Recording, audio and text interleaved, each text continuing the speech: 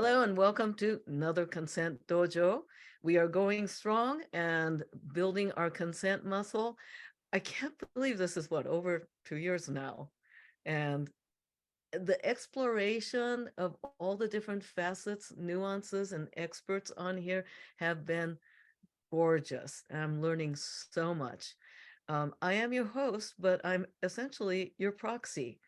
I invite amazing people who have particular insights and insightfulness and wisdom around the many complex aspect of consent. Sometimes it may seem simple, but it's not easy. And yet we can't have that holding us back. And we got to, on a daily basis, practice our consent muscles, because when it comes down to the good stuff, we should already have the skills.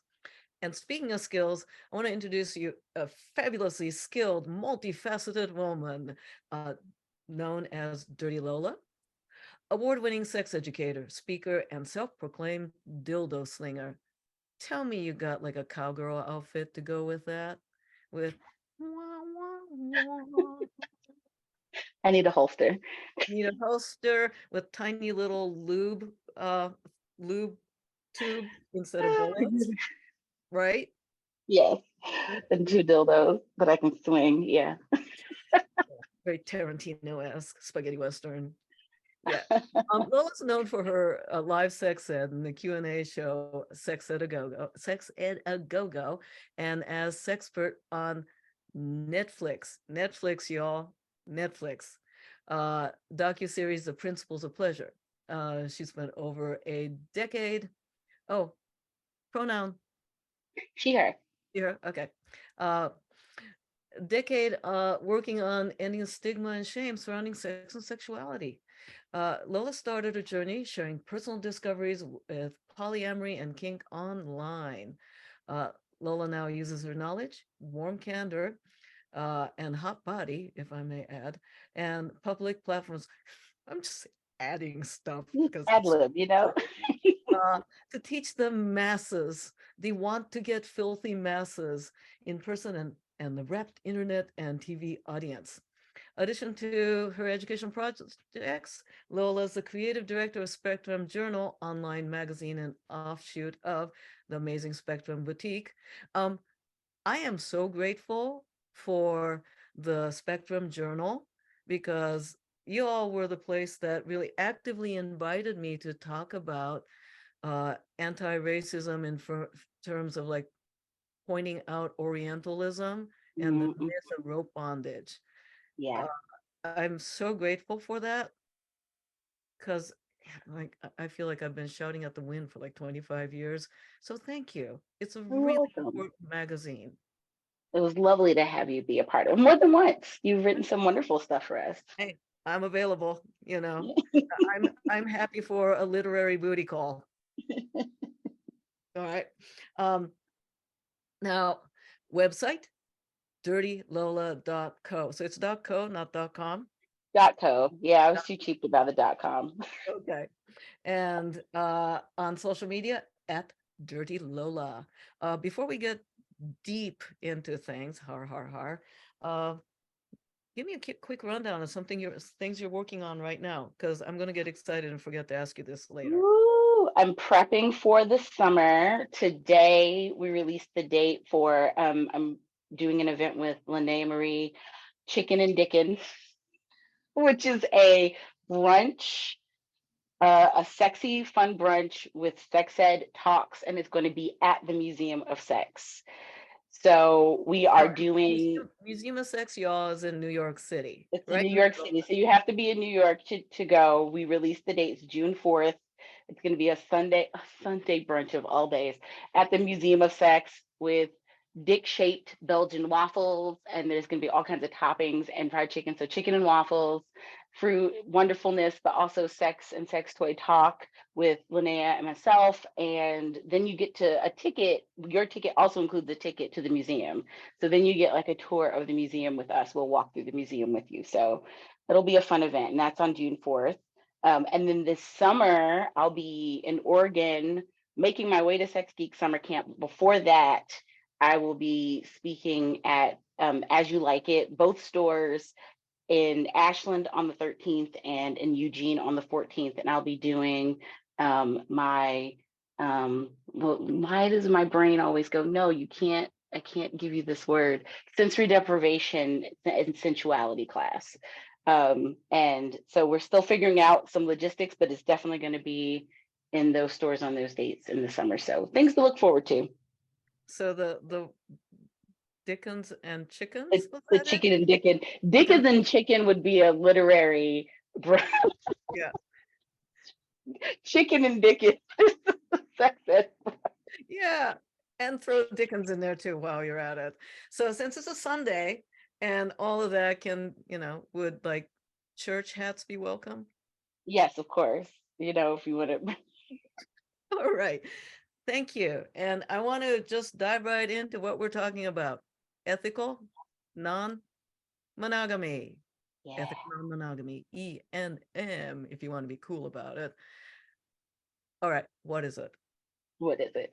It is the umbrella term for all types of non-monogamy, and they threw the E in there because I think there are a lot of people that do non-monogamy, but the other person doesn't know about it. So the E is to denote that we are being consensual and everybody is informed and knows what's going on in whatever form of non-monogamy that you're doing. E&M could encompass polyamory, swinging, monogamish, the various forms of polyamory, just all the different little bits, because there's so many other types of non-monogamy that aren't just polyamory, and everybody just kind of gloms into polyamory, and then it's like, no, we're not all doing that. You're actually doing other things that have titles, and that's fine. It's one of my pet peeves. But it's also, I think a lot of people have moved away from polyamory as a title because it started getting for this very reason, very oversaturated and overly used in a way that wasn't its first intended purpose. So people just started using E&M as a term, as like a catch-all term. Okay. So I'm going to go back to the word poly that I believe Mm-hmm. is still being overused. Mm-hmm, mm-hmm, very Okay. much so. And since many of the viewers may not be aware of the various cultures that are subcultures that are on the cutting edge, bleeding edge of thinking of such things. Mm-hmm. When the word poly is casually used out there, the pet peeve kind, Mm-hmm. what are they meaning? And why is it, first, what do they mean by that? And Yeah, then why is it not okay? right. What I'm seeing is a lot of people are using the term polyamory to mean I'm dating a bunch of different people, but they're just dating because it ends up with someone who's searching for a partner, one partner. And I think there are a lot of people who are like, oh yeah, I'm polyamorous for now. And it's not polyamory. Like people who are polyamorous, this is for most of us how we operate. This is I think a lot more people are poly by nature, if you will, over situation or choice.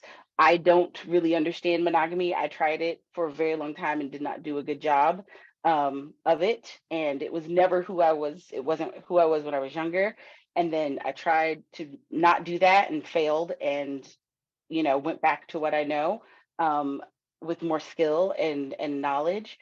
But there's a lot of people using it because I think it feels better than the vulnerability of just I don't know I'm just trying to be out and meet people, and I maybe don't want that escalator in place.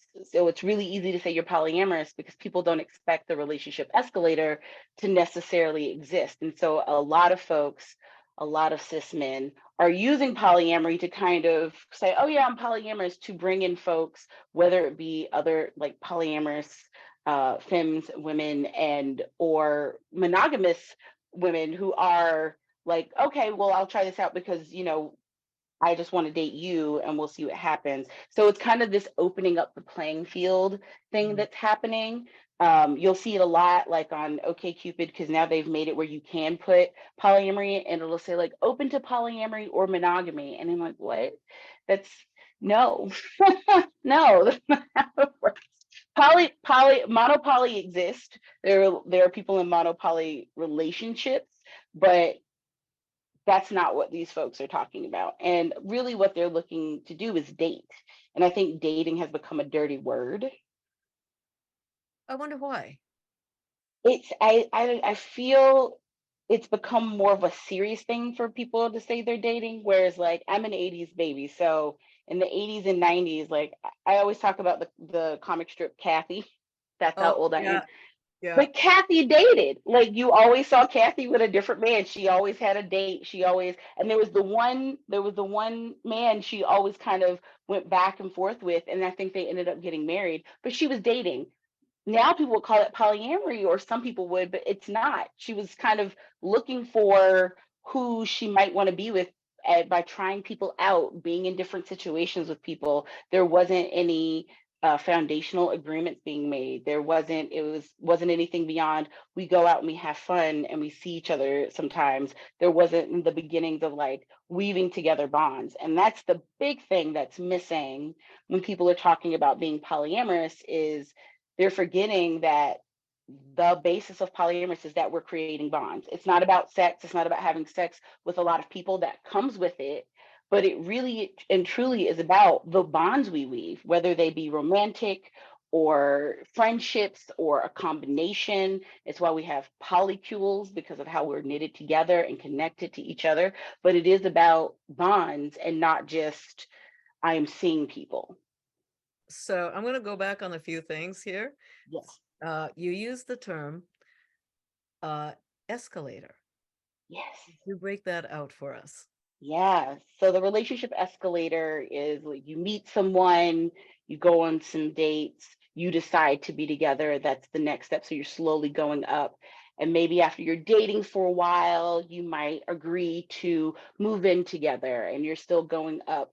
And at the top of this escalator is marriage.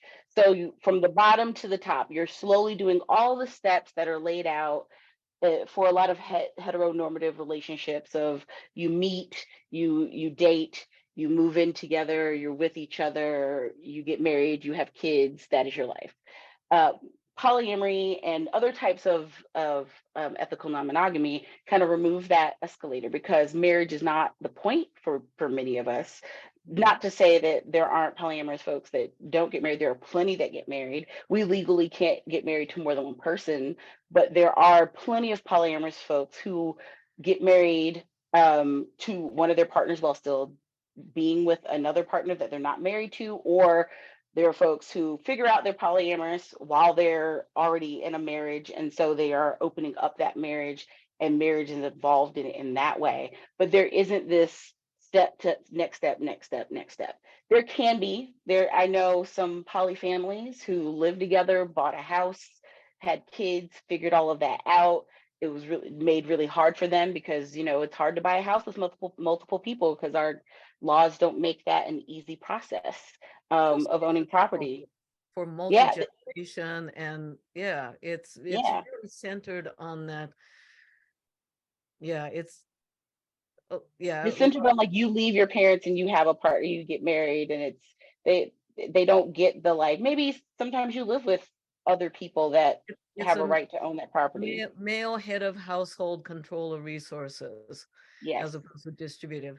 Um, and I'm going to be annoying for you all because I'm going to have you going in and explaining things. We've been casually talking about polyamory, and I know it to be a particular unique thing. And the viewers may have noticed that Lola's been hinting that it is hinting at its difference and complexity of it.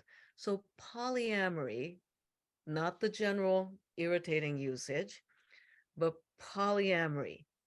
Break it on down in everyday Jane. Woo, okay. Mhm.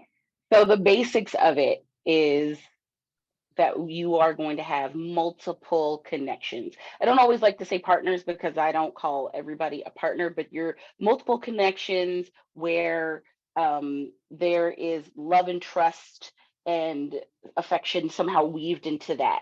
So we have comets, which are people that kind of pass through your life, like maybe you only see each other if you happen to be in the same place. You have some connection to them, maybe you keep in touch, but it's not that often. You don't make a concerted effort to plan around seeing them. You have like your partners, and it depends if you're doing hierarchical polyamory, right? So your hierarchical polyamory would be that you have like a base, your primary partner, and then your partners after that are your like secondary, tertiary. I don't know the other titles. People are doing hierarchical and going into like the higher numbers, but that comes from that happens a lot when people are opening up a relationship from a existing relationship. A lot of folks tend to gravitate towards hierarchical because it just fits the structure that they already have in place, that their home base comes first. And then there are folks who don't prescribe to that at all. And that just means that everyone is given the same considerations around decision making. And maybe there still might be some considerations given differently because with your nesting partner, which is your person you live with. So some folks have a nesting partner and they might not be married. Some folks are married, some folks are not. If they're not married, people tend to use nesting partner more often. But that is a person you share a home with, you share a space with. So you're usually sharing finances in some way, some things that might affect what you do, decision making, vacations, things you might need to actually confer with each other before other people because you share that space. My friend Hunter calls it keeping it classy. You want to keep it classy. And then there are folks who are into relationship anarchy, which some relationship anarchists don't necessarily prescribe to the poly title. They under ethical non-monogamy, and that is like having relationships that don't have any hierarchical nature and that are decided by like how they want to dictate them and be with them. There's a lot of infighting over whether that's an ethical type of relationship structure, just solely based on how some people use relationship anarchy. It's not my favorite to talk about because I am always on the side of that sounds like you're an asshole. But I have met some people who practice it in a way that doesn't feel as holy. I know it can exist. I know it can exist. So there's all these different bases, and a lot of it is how people get to decide how they are connecting. So we have kitchen table poly. You'll hear that title thrown around. That means everybody in the relationships, we talk to each other, we communicate, we come together to make decisions. We know who each other are and have relationships with each other outside of our partners. There are folks who choose to be in polyamorous relationships where they know of that person. They may have some light contact with them, but they are not in deep connection with them. They're not sitting and invited into making the decision. So like my relationship structure, I'm solo poly. So I'm solo poly because I am my own primary. I pay my own bills, and it's not just because I live alone, but it's, I pay my own bills. I take care of myself. I am my first worry in all things is for me and how I'm conducting my life. But within that, I do have a long-term partner and his wife and my metamour, and we practice kitchen table poly. We are very much a family and very much ingrained in each other's lives. We share Google calendars and sit down at the beginning of every year and think about how we're going to see each other because they live in California and I live in New York. So we tend to go down like, when are we going to get to see each other, and what months and what things are going on, what holidays might we be spending together this year. And there's a lot of talk. There's a lot of talking and a lot of calendaring.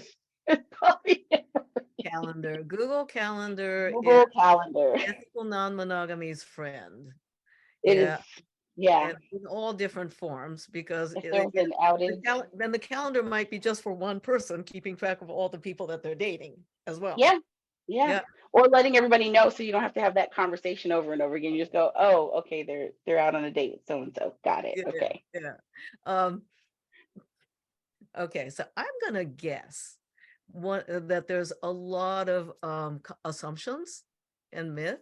So would it be correct that a common assumption is everyone in a polycule, like you just talked about the kitchen table, that Hmm. everybody's fucking everyone else? Right. All the time. People think that that's top of the pile. The first question is, oh, do you sleep with her too? No, we are really good friends. She's one of my besties. I love her to death. I have a complete separate relationship with her outside of our partner, but we do not have sex. And there's been a moment where he wanted that, and we were both like, because we are not attracted to each other in that way, but we are very much family. Um, she has a platonic love partner where it's beyond friendship, but there's no sex. It's just they're each other's person in that very certain way. That is hard to explain with words, but makes sense within what we do. We need Um, three-dimensional diagram. yeah, it's just like here are all the things. And there are plenty of folks who are who are on the ace spectrum, who Ela- practice ela- polyamory. Elaborate ACE for us.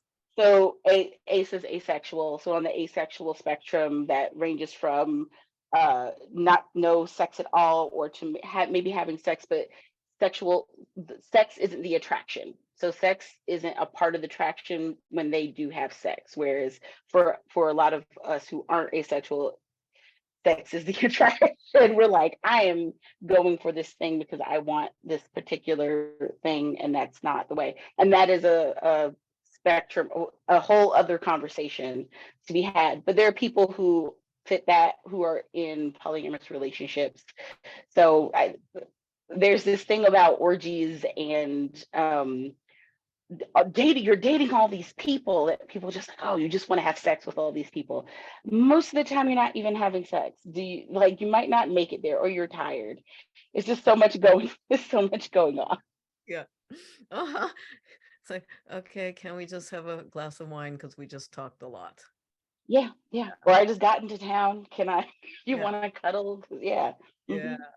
So I'm going to pause just a sec. And at this point, we've already like discussed or just brought to the surface a whole bunch of complexity. And obviously, our hour and a half in Consent Dojo is not going to answer all of you viewers and attendees' question. Are there favorite resources that you like to point people to for ethical non-monogamy or poly or um, conscious relationship making? Yeah. I love, so Opening Up is a really good book. It really focuses more on polyamory, but it's just a good read for folks looking That's to get just a into things. Carolina, right? Yes. And then there's The Ethical Slut, which isn't necessarily about polyamory, but it is very much talking about the practice of sluttery or being with multiple people. And there's a wonderful chapter on jealousy. And it's a really good primer for folks trying to wrap their heads around what it means to now be with multiple people and open up your heart to multiple people, or just your legs to multiple people. So that is a great book. Polysecure is a really good one that talks about attachment styles. I've been meaning And to read that one. yeah, I'm in the midst of it, but it's really good. And I think it helps if you're already in relationships or heading into them and you're trying to figure out some stuff, especially if you're someone who has any kind of trauma background and at this point who doesn't. I think it's a really helpful book. To talking about race and polyamory, Kevin Patterson has Love Is Not Colorblind, that really speaks to the side of being, a BIPOC person in this community, and how many times we aren't really there, but we are there. It's just that the spaces aren't necessarily crafted for us. So you don't maybe see as much diversity as there actually is. And I find that's been changing as we've moved along and this conversation has been had. And I think that book had a lot to do with it. So those are some of my books that I like. There's another one, it's called Designer Relationships. And I cannot remember who it's two authors, but I like that just because it talks about just creating your relationship, whether it's a monogamy and shaping your monogamy or creating your perfect polycule. It helps you kind of break those things down and figure out how to put all those pieces together in the way you want to put them together.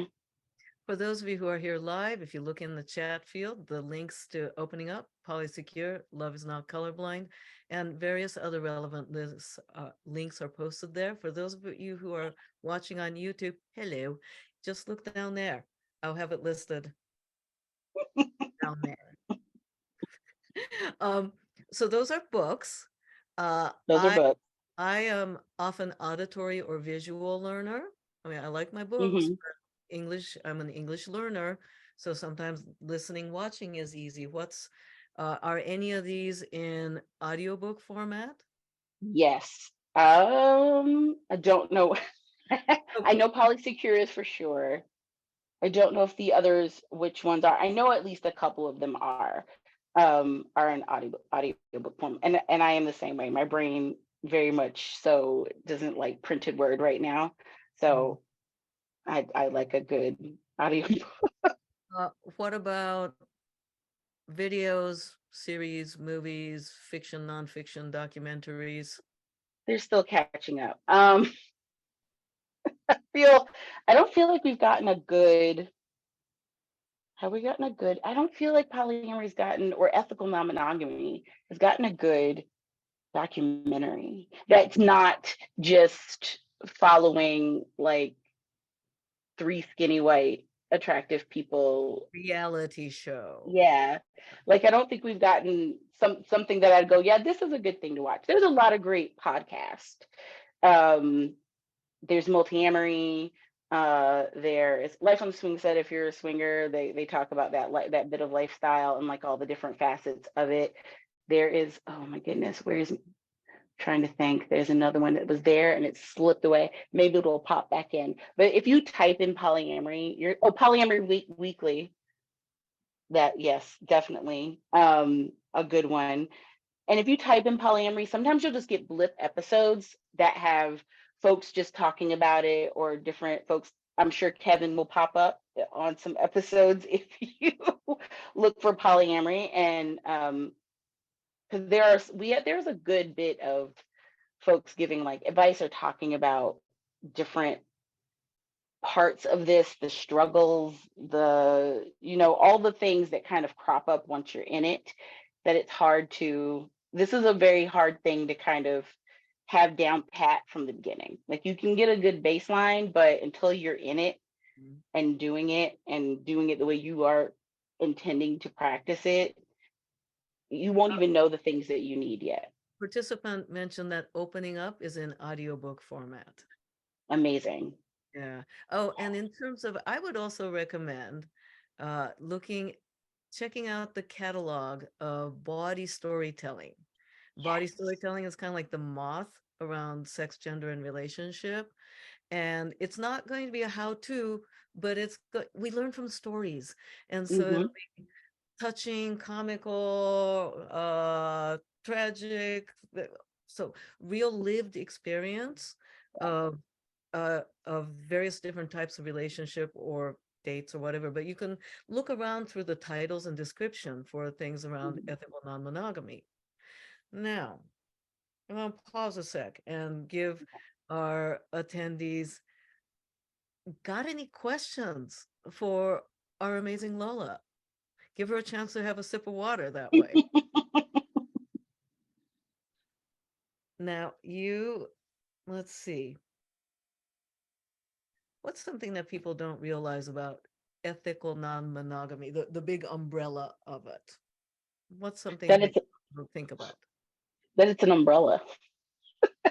But I think a lot of folks look at it as like one thing, and that's where it gets overwhelming for people because if you are introduced to it and you think that it's like, oh, it's swinging, it's like, no, not everything is swinging, and swinging is very specific and into itself and how people connect, because swinging is kind of for me in that monogamish area, because you are staying with your core relationship and you are having sex with other people, but you're not folding them into your lives. They are people that are a part of it and then not a part of it. You may have friendships, but they're not becoming relationships. It's kind of like Um, going out for a game of pickup basketball. yeah, yeah. And it might be you find the person you always see that you love to play a pickup game of basketball with, and you're like, oh my gosh, they're here on the court today, but you're not, they're not going to come stay like at your house permanently or come ever over for holidays. And they might, there are some people that community does exist in those spaces, and there are people who have friendships and do things like there are, getaway weekends where people go away to have their debaucherous fun, and they're seeing their friends who are doing swinging and whatnot. So there is other community within it, and that's where it still Like fits under that. sports. Like sport, yeah, like sports. It's still in there. But it's less of like having a polycule. You just, these are your friends, these are your folks that you're seeing and you're also having sex with. So you mentioned the word jealousy. Mm. To be up for going into talking about jealousy, hurt feelings, heartbreaks, Oh you know. yeah, it still exists. It exists in any kind of relationship structure. I don't think you get rid of that just because you are open to having multiple partners, because jealousy isn't necessary. I think people view jealousy as just a thing you feel when your partner is looking at another person and not at you, or sexually attracted to somebody and not, and you're like, well, why aren't you looking at me that way? Jealousy comes up for a lot of things. Jealousy could be like, oh man, my partner is taking his partner to a water park and I want to go to the water park. I want, or I'm missing out on these things because we live so far away, and this new person is coming in and they're going to be getting attention that I'm not getting because I don't live in that place. And there's all those things that arise. But for a lot of people, jealousy is many times um, like your warning bell. Uh, there is oftentimes jealousy is your own shit. So you have to sit back and go like, why am I feeling this? What's going on? What am I projecting or putting on this that's causing this emotion? And how do I address it? But also it could be that there's a red flag. Like, is something happening in your relationship? Are you not getting something you need when your partner's going away? Like, is your partner doing things for their partners that you requested and they are not giving you, but you see them constantly giving it to their other partners, and there's like a disconnect in how you're connecting with them in that way? That could be like your warning bell, that something is awry, that you need to have a deeper conversation, that you need to approach them about that. And folks tend to shy away from feeling jealous, and I think it's just any other emotion. It's the same as being sad or happy or mad. It's sometimes we feel jealous, and it comes no matter whether it's monogamy or non-monogamy, it comes with it. I think it does lessen. I think folks who are in this type of relationship style get a little bit more adept at dealing with it because it's going to happen. If we're all dating and we are constantly dating other people or bringing in people here and there, this is going to arise every time. So you have to get pretty keen at how you navigate it and how you talk about it and how you address it. So speaking of talking about it and addressing it, the big E word, ethical. Mm. So it's, in my line of work, I often talk about negotiation for kink, Mhm. right? And so often I will just hear people going, oh, communicate before play, but without talking about what that means. Right. Communicate. And how often have we seen articles or people talking about, oh, communicate, it should be easy, as if just saying that word and it's done. Like So magic. the ethical aspect of it, that's also another magical assumptive word. Mm. How do we measure um, our own ethics and our own standards? How do we know when something is ethical and not ethical, as well as what can we do when we're not sure? Right. That's a hard question, right? Because everybody, it comes down kind of the same way when we talk about how folks view cheating. There are people who are like totally fine with their partner looking at other people, having, friends of another gender, like conversing or looking at, porn or different things, have no problem, but maybe kissing is cheating. There are people who be like, oh yes, that's just a kiss, that's not cheating. There are people who don't want you to do any of that, all of that. Porn is cheating. Watching porn in your house, in your bed, on your phone can be seen as cheating by some folks. And that's everybody's own personal view of how they view things. And ethics, when it comes to like your relationship stuff, is kind of along that same line to a degree. When you're thinking about ethics is like not harming folks. And when we say that, we don't necessarily just mean like in a physical way, also an emotional way, like trying to leave people at least in a better state than you left them if you can. Um, and including your own relationship and the one that you're in, if you're in one, when you open up, like not ruining the thing that is your basis, figuring out how to do that. And the way I think people need to kind of broach that is, it is the communicate, but sitting down to talk to each other. Like, what are the things, what are you okay with? What are you not okay with? What are the things we need to know? I think the overarching thing of ethical non-monogamy is that everybody knows what's going on. That this isn't something where I'm out and you don't know where I am, or you don't know who I'm with. You might not know that person's background. You might just know a name, but you know I'm somewhere, like I'm on a date. You most likely know my timeline of when I'm expected home, or we will be in communication about that. It's open. Whereas with cheating, it's all undercover, it's all hidden, secrets are happening, deception is happening. That shouldn't be existing within ethical non-monogamy. Um, but then you also have folks who are very far from kitchen table, who are very don't ask, don't tell. Those exist. We can decide whether to interact with those or not. I am someone who I tend to not want to interact, especially if it's a cis man. Sorry, y'all, but a cis man telling me his wife doesn't want to know anything about me, doesn't want to know my name. And there's no way for me to just be like, hey, are you cool with this? I'm less inclined to be in that because I've been in that mess when it wasn't true. So burnt my biscuits once, that's great. We're not doing that again. Yeah, ethical, like the word consent, both words, ethical and consent, have been long debated in the realms of philosophy and the realms of law, and lately being examined further. I think the legal usage of consent has been really sloppy Mm-hmm. and behind the sexual revolutionaries. Yeah.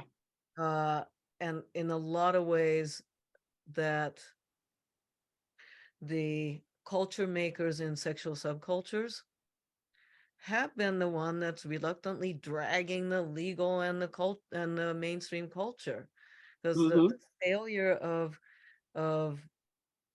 the laws of the land, and I'm in the United States, I'm talking about United States and California, lags far behind the discussion. And then there's a matter of ethics.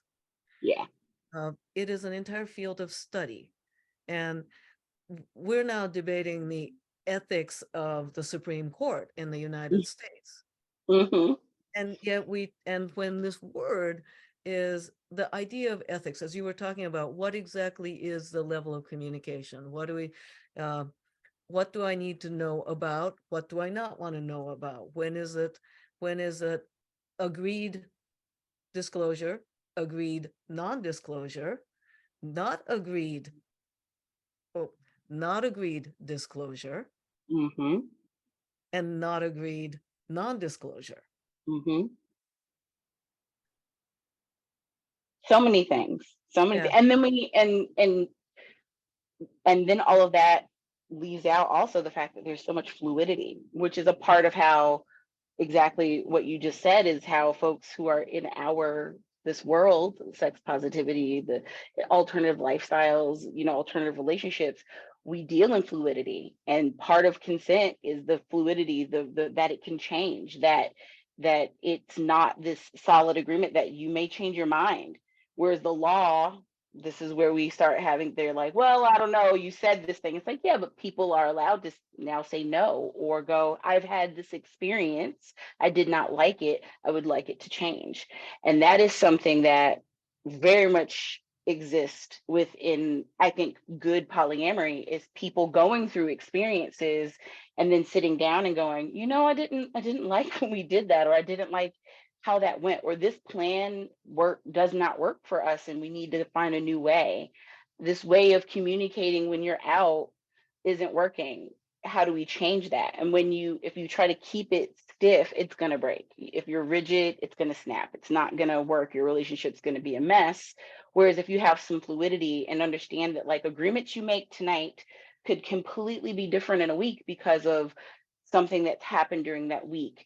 And sometimes it could be that you've come to a better understanding, because a lot of us make boundaries or set up these protectionary walls around, like, our request of what we need from people because we're afraid.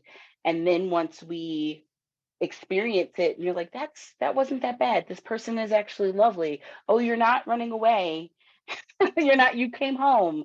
Oh, I feel a little bit better about pulling back a little bit of what I asked for. I don't need as much, till you get to a point where maybe there's nothing. When I opened my marriage, if I tell you, I had it copy and pasted the rules that my partner were the things he needed. And it was just so much to always tell people that I would just copy and paste it. Like, here, if we go on a date, here's the thing, here's the deal. What have some of And the reactions been to your copy and paste? I had better dates. I had a lot better dates when sex wasn't on the table, when there was only certain types of touch allowed, because people are love a boundary where that is like nebulous, that could change, that, like, we're new and so these things are in place and they know that, and it's kind of this almost a challenge of how long can I stick around? Am I going to get past that point? How much can we work within this boundary you've created to have this hot scenario? And so many happened during that time. But as we moved along, like, after every date, we would sit down on the couch, and part of what our agreement was that he wanted to know about the dates and what went on. Like, what'd you do? Where'd you go? Blah blah blah. And the more we went through it, some of that stuff started falling off the list, and till we went from being non-monogamous to polyamorous. And then it just became kind of, I'm letting you know where I'm going out of safety and not because I have to. It's, oh, I have a date, this is where I'm going, I will text you when I get there, this is how long I should be, but if I'm going to be late, I will let you know. And that wasn't coming from a, he will be mad at me because I broke trust. It was like, this is New York, I'm a woman out in these streets, am I safe? And It's he the was same, my point person. it's the same protocol when I go backpacking. Yeah, same thing. And now, like, he's my ex-husband now. So I have other people. I have friends who've taken up that space of, just so you know, this is where I am. Here's the picture of this person. If I'm getting in a car, this is this person's license plate number, and I get all of this with consent. And this is part of my thing. If you aren't willing to give me these things to give to the people that need it in order to know that I'm okay, we're probably not going to go on a date. So it's no different whether it's a husband or your bestie, though that information is still being given to someone, out of safety. But all of those things change, right? It's the same stuff, but it used to be, this could end our relationship because I've betrayed you, because I didn't give you all this information, to, like, oh, I just want to make sure you're okay. Mhm. And this is more safety. And I want to reiterate Lola's earlier point to the viewers that this, the terms, the cut and paste, etc., is specific to Lola, and their relationship history and what would be shared, and it changes. So Mhm. it worked very well for you, and it's working very Right. well for you, and something different will work well for you who are watching. Yeah. Maybe Yeah. that's a good idea for you. Maybe it's not. Yeah. Yeah. I do find myself, let's see. Da, da, da, da, da. Uh, yes, I see somebody asking about a question. You're welcome to DM it as well to the person who asked that. I'm also kind of going meta since we brought up the law lagging behind. Mm, We fundamentally live in, especially the last few years, um, a world, and again, I'm talking about the US, a country where ethical behavior and compassion does not seem to be valued, mm, and the economic, industrial, relational, municipal, familial, all the way from the big to the small units of organization seem to operate on assumption of Machiavellianism, narcissism, and and at best ethically vague in a larger culture where relationships are often based upon deceit and self-interest, and ethic is tossed around as like a corporate buzzword, mm-hmm, and even a relational buzzword. Hey, I'm polyamorous, but my wife doesn't know. um mm-hmm.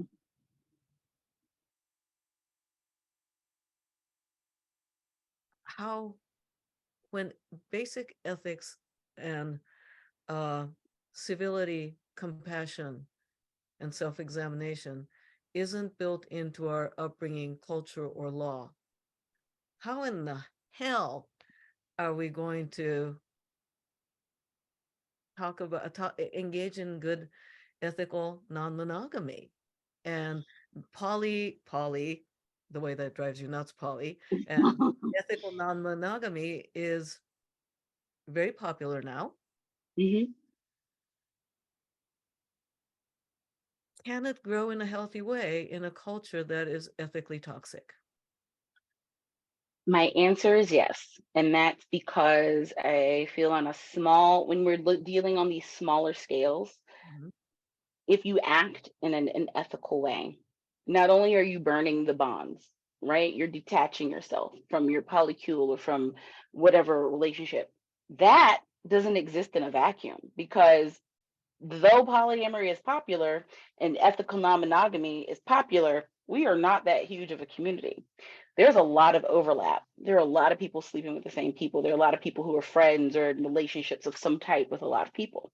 So if you act that way, it is not as easy for you to then exist out in this environment because other people are going to be notified of your behavior, whether it's something they witnessed or someone saying this. And it doesn't mean you're going to be immediately shunned, but there may be some people that are like, oh, I saw how you acted within this relationship or the way you did things. And it's, you know, are you picking up new skills? Have you made any changes? Like these are not things that are going to be allowed for you to carry on with for too long. I'll use another self example. I was on OkCupid and a man reached out to me and he said, "Oh, hi, I just moved to New York. It's lovely to meet you." And he used my muggle name, which threw me off because not everybody knows my muggle name. And so when people, I know who knows it, and when people who I don't know use it, I get very like, who is this? What is going on? And then he threw out my partner's name and another friend that used to be a partner of my partner name as a reference. And then this story that I had always heard, had never seen these people's faces, but ex partners of my partner and my metamor all flooded back in. And I immediately went, oh my God. And I'm like, is this that person? And it turned out like they were using my partner, who they had harmed my metamor in their relationship, never apologized. That whole relationship had like just caught flame and burnt up. The other friend they were using as a reference, they had treated poorly, and they were using their names as if I wouldn't go to my people and say, who this man using my real name? Mhm. And I immediately went back and said, like, how, how dare you? And I know who you are and I know what you've done. And I will not be dating you. And you will kindly, see your way out. But then he contacted somebody else that we knew. And when they talked about him, I was like, oh, this is this person that did this to this our partner and never apologized, and it's never been a thing. And they were like, oh, okay. And then he sought out the other friend, and was just like, I don't know how to fix this. And she's like, well, you messed it up years ago when you didn't apologize and you did harm and you thought you could just move away from it, and you moved to a whole nother state across the country, and you just happen to contact the one person that knows a lot of people who's going to tell everybody about you. So I would be afraid that you don't get to date in New York. And I laughed because I haven't heard, it hasn't popped up, but it's true. It's like, I do know a lot of people. And if that name came up and if somebody asked, I would say, I wouldn't do that if I were you. Not, I'm not telling you, I'm just, here's what, I'll give you the information. You do with it what you will. That is So usually my approach. much in the way that, and I was, as we were saying earlier, that the mainstream and then later the legal, mainstream and legal understanding of consent has been pulled along, Hmm. dragged, pushed, pulled, and innovated by uh, the sex positive or the sexual revolutionaries, relationship revolutionaries, and experimenters. Likewise, ethics, because I suspect highly that ethicists and philosophers, many of them don't want to touch sex and relationship, eh, right? Um, so again, where weirdos, queerdos are impacting the culture for better in a way that really not appreciated. Hmm. No, really. I mean, we are constantly having to create our own laws of our own spaces, right? Like we have to, those things don't exist. So we've had to But craft them, the queer community, the whole LGBTQ community has had different various structures over the years I because that remember, have arisen. yeah, I remember early 90s conversations around consent, early 90s, mid 90s conversation around gender, and now seeing it in mainstream, I'm like, there's a part of me that's like, we've been telling you all along, and another part that's like, it was worth it. Yeah, yeah, because it has to start somewhere, and it is very annoying when you're like, we have been saying this, we have been talking about this, and it's finally getting like pushed to the top, and it would never be pushed to the top if it didn't exist in some way, and the ways we've been using it and the way we've been doing it. And I think this is exactly what's happening with ethical non-monogamy. It's existed for this is as old, as ancient. This wasn't just some 70s, 60s, 70s invention. This is an ancient practice. This is something that, indigenous folks practiced in, and native folks all over the world have practiced in. Oh, and the artist who the creator of Wonder Woman and creator of the lie detector, Right, right, yeah. Polly. Margin. Yeah. Mm-hmm. We have a question. Uh, Yes. question from the audience. I often wonder about people who are monogamous but seem to have intimate relationship with friends, family, other loved ones, aside from their designated romantic partner. How do we draw that distinction of who qualifies as a partner and who doesn't? Are people practicing ethical non-monogamy and not realizing it? Damn good question. It's a really good question.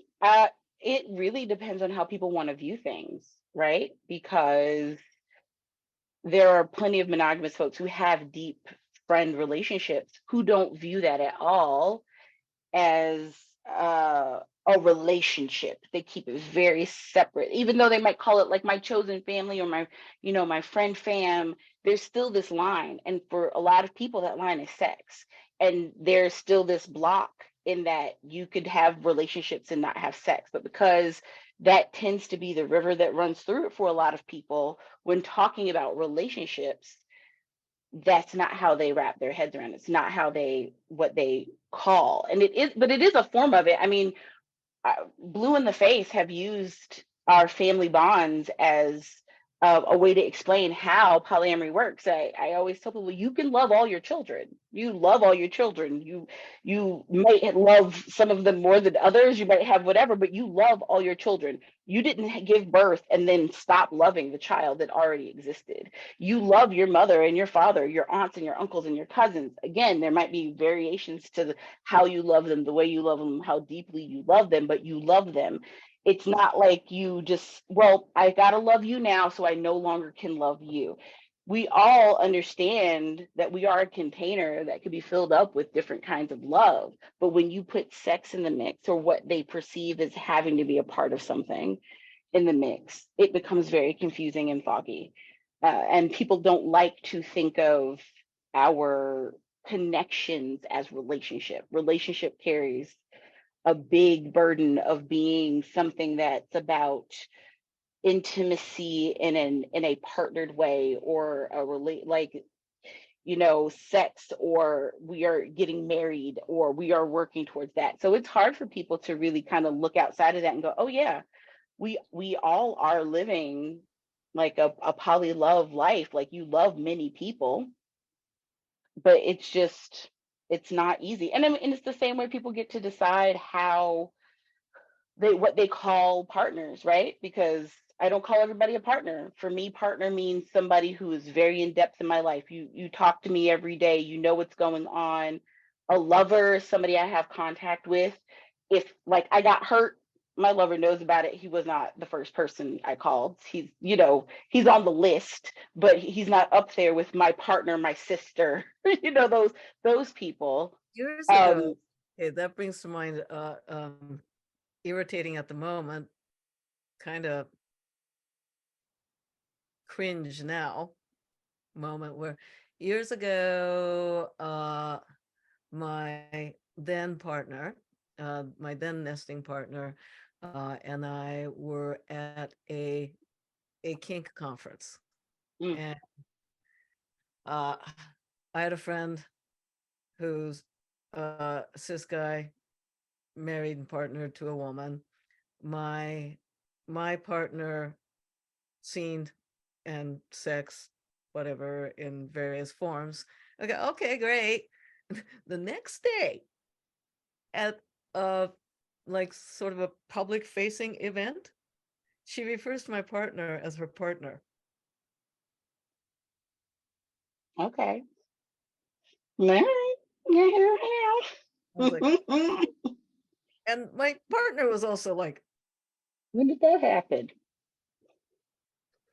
I mean, it hadn't even gotten to the level of friends with benefit. They're like, Right. oh, hi, let's play. Mm-hmm. And like, oh, Mm-hmm. I mean, to be generous, I could say aspirational.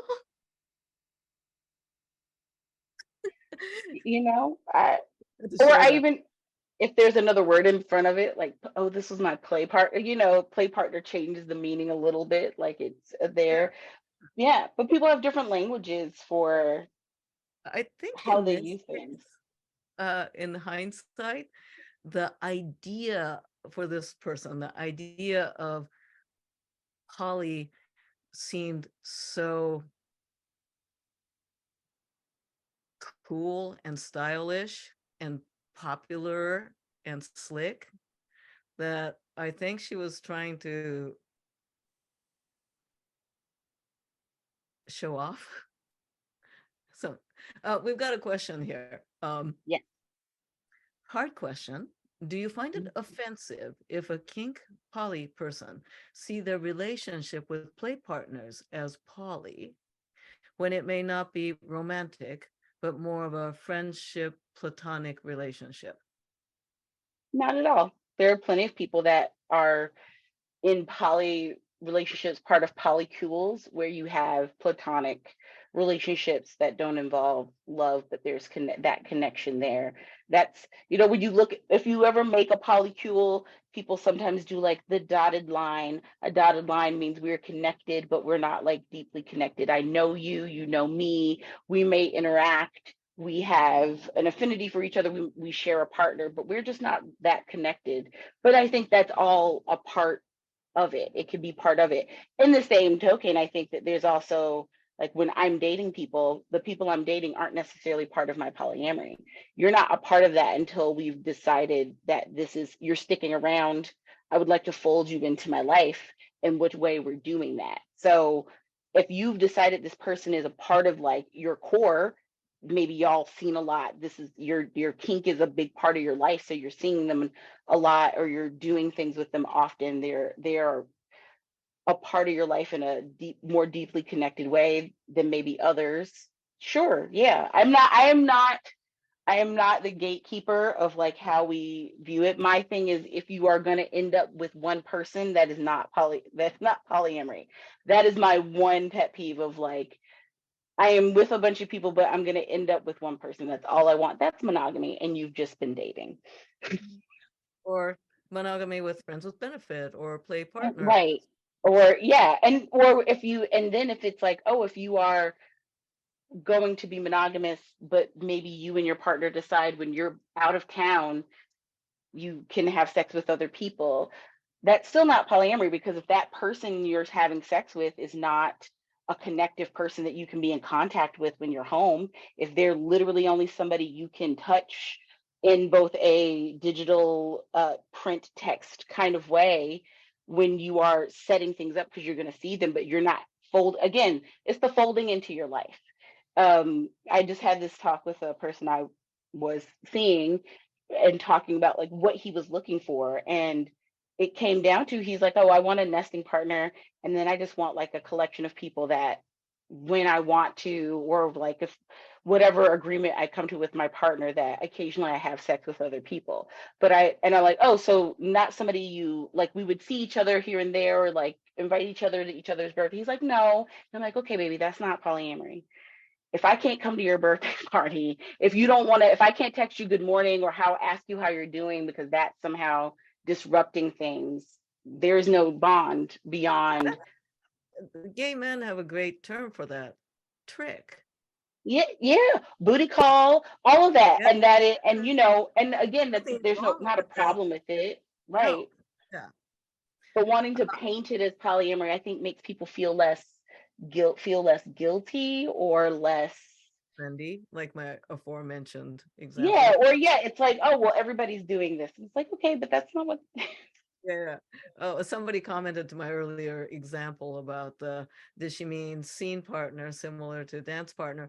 No, no, no, no, no. The way that she announced it, it was practically an engagement announcement where everyone, including her husband, going, Oh, that had to be awkward. I think she was just trying to be cool. Yeah. Yeah, we were all babies. And I am, well, let me put it this way. So viewers, ethical non-monogamy, simple, right?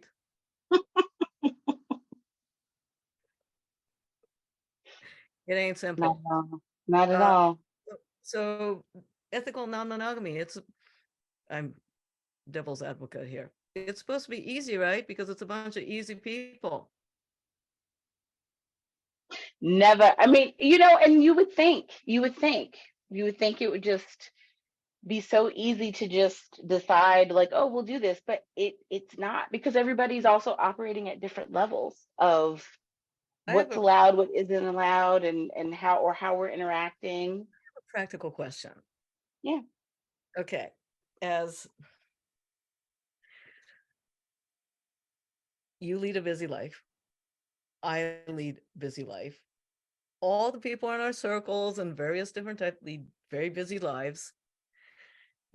And between polycules, metamors, partners, work, parents, children, social activism, maintaining health and adult responsibility, and there's still 24 hours a day. Yep. How does it all work? Poorly. No, you find your rhythm. I think you find there's some people who don't get polysaturated easily. We call, when you have too many partners or too many people and you're juggling too many people, becomes polysaturated. For me, I think my max number of people I can deal with is, and I got, again, we're talking about levels, right? So my main partner, he's and my poly family are my main like upload of where am I spending time during the year, like are we spending holidays? What does that look like? They have a kiddo, like I'm in that kid's life and in contact. I have a date night. We do a FaceTime every Monday while his wife is at trivia. And when I'm in town, I go to trivia. But we have it built in of I know this is a night we get to catch up. Sometimes that doesn't happen. They were just in Japan for 10 days. So we missed 2 of our date nights. And I was like, let's not try to do date night while you're away. It's going to be too complicated. But when he came back, we caught up last night and we had a lovely chat and it lines up. The time difference works out for his bedtime. I'm a night owl. So me going to bed at 1 o'clock as usual, so we can have date night and he's going to bed at a time that works for him. And I'm going to bed at a time I would go to bed anyway. And then, like my lover is somebody I talk to occasionally, and we send Marco Polo. The Marco Polo app. It's like a video.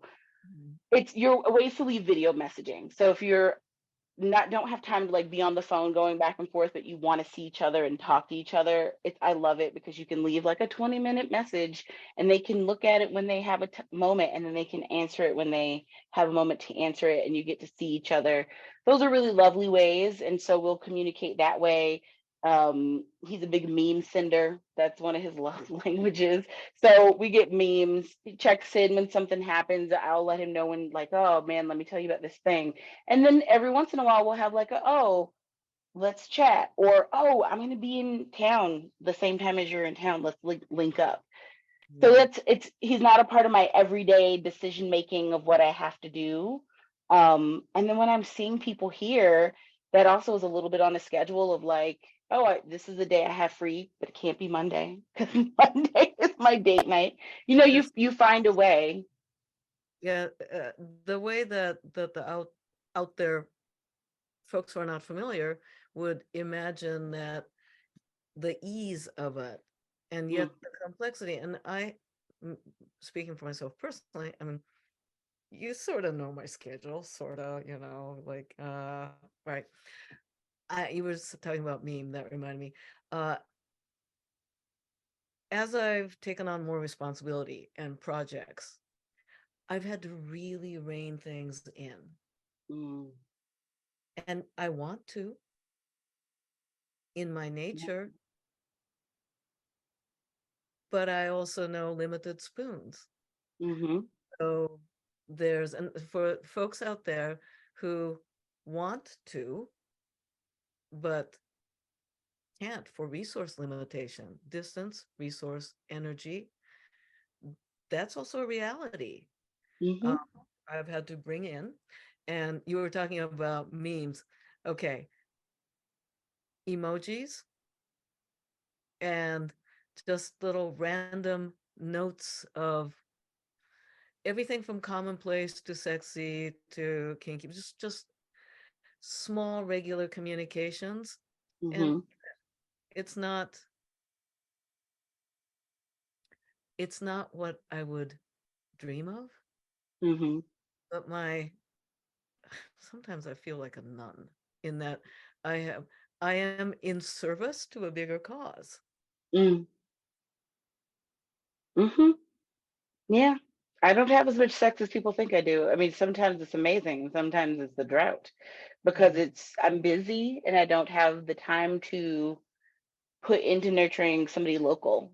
And Mhm. so if I'm seeing my partner, like I will see him in June for a week, and then he will come here for a week in July, and then I might see him in September, and then I won't see him again until the new year. Um, that is the sex that I have to look forward to, unless I start dating someone here. And the way things have gone, I've broken up with 2 people in the last like 2 weeks. So Yeah, that's probably not happening. and with my limitation of resources, I mean, I could list off all the things that I'm having to do right now. Hmm. Limitation of resources, nurturing what it takes to nurture a connection. It wouldn't be Hmm. fair. I used to joke about, I can't even own a dog because I don't have the time to walk the dog. You have a cute cat though. Three adorable cats. Three, oh, Um, three cats. yeah, but I do want to point out that uh, life's reality may limit us, and even in the world of ethical non-monogamy, that's a reality. Hmm. So, yeah, and I've known people who decided to co-parent and had to rein things in. Hmm. Affection for one another, still there. The Yeah. way that they physically connected, probably not till the kid's 18. Right. Yeah. Yeah. We have a question. We often talk about the value of communication in ethical non-monogamy. Have you found there are any drawbacks to over communicating? Mhm. Well, not enough time being one of them. Yeah, not enough time. I mean, I think it depends on the people. I deal a lot in anecdotes, but I have the perfect one. I've been trying to be more open about uh triggers around emotional things, when seeing people, and like people canceling on me, especially last minute, is a big kind of like, oh, for me. If I'm given enough information around it when we're planning, like, hey, making this plan with you, but I have, like I'm on call. That gets computed into like, oh, I put a little less energy into it. But if you make a date with me and then 2 hours before you're due to be at my place, you say you can't make it. Best be in the hospital. And sometimes it's, oh, I'm sick, or it's, I mean, a recent thing that happened was like we made a plan and then it was like, oh, I can't do that day. I woke up to sorry, I can't do that day with nothing else. And I was just immediately like, oh my God. And so I was like, hey, thank you. But in the future, could you just not like maybe wake me up with that? Because this kind of hits me hard. And he's like, oh no, I want to reschedule. And then he rescheduled. And then that same day said, oh, I can't do that. And rescheduled again. And then said, oh, wait, that won't that's not going to work. Let's do another day. And when that date came, he was sick. And so I let him know, like, hey, this was just a really, in the future, I would rather wait until you have a less hectic week when you Yeah. can make a little bit more, have a little bit more intention around the time you're setting with me. And he broke up with me because he said, I don't like when somebody is disappointed in me and you're disappointed in me about something I can't handle. I can't change. I can't change that my schedule is hectic. And I'm like, I'm not asking you to change that. I was asking you to be a little bit more mindful about how you try to connect with me. And so I was having this moment of like, man, was me being very real about how this thing made me feel and in something. And in hindsight, I'm like, it's probably for the best, instead of feeling like crap and putting up with somebody being over there. But I think that that can be, we can end up talking ourselves out of relationships with people, because the more information you give someone up front, people might make a decision to not see how to work with that or navigate with it. They might decide to like pull away completely. So when things are new, sometimes we think we're being kind in the way we're being open with a partner, and we don't realize maybe we're saying something that's received poorly or it's hitting them in a harmful way. Or, like people ask questions. There was a group chat, I'm in a group chat, and we asked the question of like, if you asked your partner, what answer would you want if you asked your partner if they ever felt like we're no longer attracted to you? Like, would you want to know? What answer would you want to hear? And we came to the conclusion that either way, it's a trap, because you're going to be upset if they tell you yes, that they would tell you, because you'd be like, what? You would tell me that? And like, I'm supposed to live with that you're not attracted to me. And then if they say, no, I would never tell you that, you're like, you want us to live a lie? Like, so you It's a can't trap. win. Yeah. Right. So I think sometimes you can, and even trying to just be, I'm going to be I'm communicative and tell you things and give you everything. You sometimes have to parse through what people have the ability to deal with, how, when you're giving it to them, how you're giving it to them. Have y'all had enough therapy for you to talk to them in the way So you want to talk to them? speaking of therapy, this is Hmm. about the time when a therapist would say, well, we're getting close to that time. Uh-huh. Yeah. Um, yeah, so I want to turn to our live audience again, and uh, of comments, of questions, of words of gratitude to our lovely, sexy guest. Um, yeah, and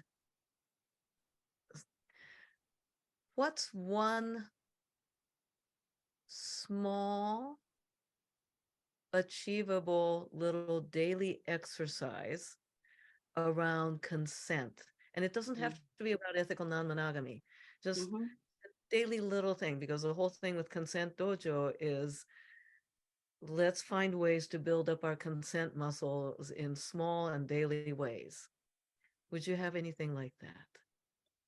Oh, this might be end up being something that you won't be able to exercise until it happens, but I try to remind myself when I get that knee jerk, like, ugh, feeling when somebody makes a request or points out that something maybe wasn't